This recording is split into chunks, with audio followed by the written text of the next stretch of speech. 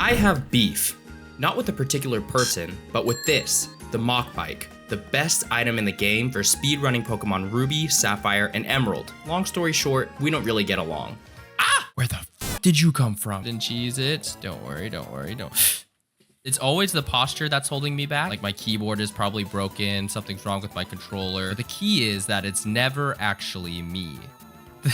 My goal is to speedrun these games, and the only way I'm going to be able to do that is by settling this beef. I'm gonna have to become a Mach bike master, so I enlisted the help of Team Aqua's Hideout, a ROM hack developer, and had him create the ultimate Mach bike challenge course to help get my skills up. And what he cooked up was basically human torture. Okay, the CIA should use this ROM hack to get enemy insurgents to leak intel. That's how much pain it caused me. Why? Because if I bumped into anything, I would have to start the level all over again. So the course is divided into 3 levels. Level 1 is based on cycling road. Not super hard, but enough to get the heart rate up. Level 2 is based on Route 119, or the route in Hoenn that leads up to Fortree City. It's complete with the Weather Institute and Fortree City-esque obstacles you have to swerve around. I did a video on those 2 levels, so check it out if you haven't seen it already. Also, Archie added this sick bullet time mechanic which slows down the game's frame rate and allows me to readjust my turns easier. The catch is that I only have a limited amount of bullet time per level. And after a fair amount of raging, I was able to make some progress. God, I'm saucy. I might just be the greatest Mach biker of all time. We're better now.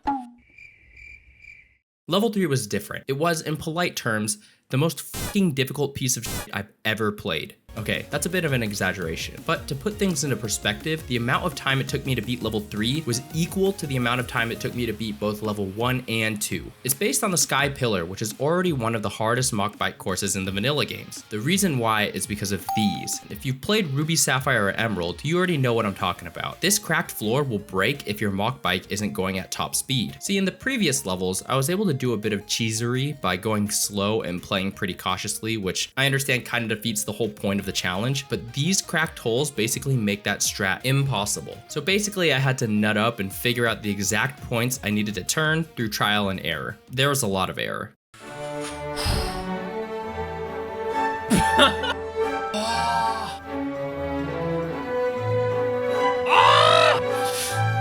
Okay, let's do it. Now, I think we should back up and talk about how exactly the Mach bike works and why it can be so tricky to maneuver. I already know I'm about to get a ton of comments saying skill issue, and duh, that's the whole reason I'm doing this challenge, to address my skill issue. And in order to address an issue, you need to understand why the issue is happening in the first place. So check this out. When you move with the Mach bike, it takes 2 tiles to get the top speed and another 3 tiles to slow down to a stop. Since it takes 4 frames for the Mach bike to travel 1 tile and the game runs at 60 frames per second, that gives you just enough time to rage at how goddamn impossible it is to control this piece of bike. Oh!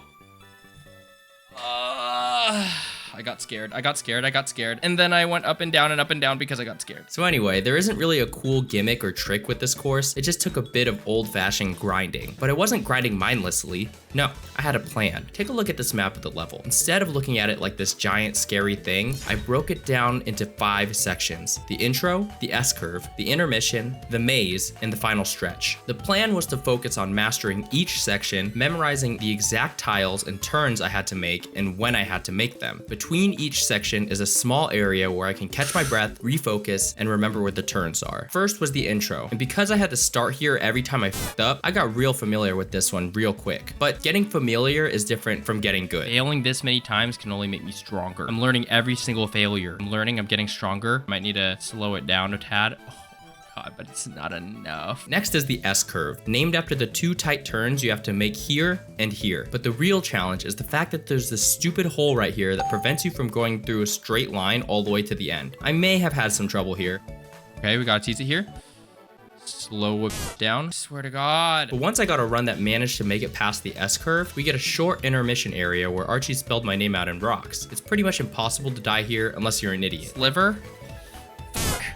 Then came the maze, which had a bunch of paths that seemed like the right way to go until you realize they're just dead ends. Thanks for that, Archie. Once we're able to nail down the exact path to get through the maze, there's the final stretch, with a bunch of single tile turns to make. The goal was to master each section to the point where I had enough bullet time in the tank to barely make it through here. And after having spent hours with the Mach bike and familiarizing myself with its movement quirks, I was fine. Ah!